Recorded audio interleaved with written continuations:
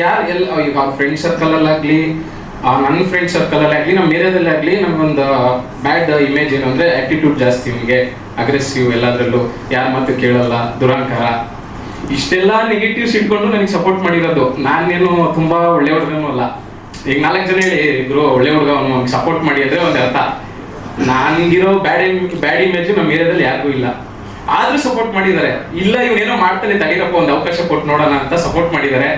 I hope ಯಾವತ್ತಾದ್ರೂ ಒಂದು ದಿವಸ ಅದನ್ನ ಉಳಿಸ್ಕೊಂತೀನಿ, ಪ್ರಯತ್ನ ಮಾಡ್ತಾನೆ ಇದ್ದೀನಿ ಅಷ್ಟೇ.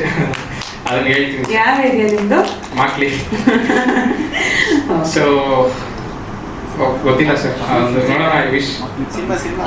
ಸೊ ಸಿನಿಮಾ ಬಗ್ಗೆ ನಿಮ್ ಪಾತ್ರದ ಹೆಸರು ಹೇಳ್ರಿ. ಇಲ್ಲ, ಸಿನಿಮಾ ಬಗ್ಗೆ ಟ್ರೈಲರ್ ನೋಡಿದ್ರಲ್ಲ, ಅಲ್ಲ ನಿಮ್ ಪಾತ್ರದ ಹೆಸರು ಹೇಳಿ.